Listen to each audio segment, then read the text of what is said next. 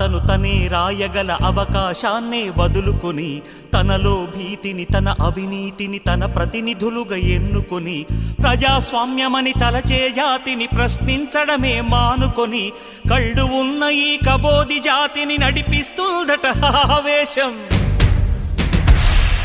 ఆ హక్కేదో తనకే ఉందని శాసిస్తుందట అధికారం.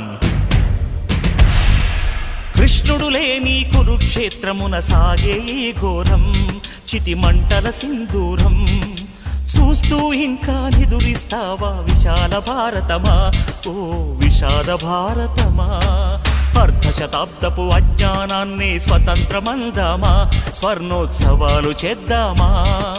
ఆత్మ వినాశపు అరాజకాన్నే స్వరాజ్యమందామా, దానికి సలాము చేద్దామా.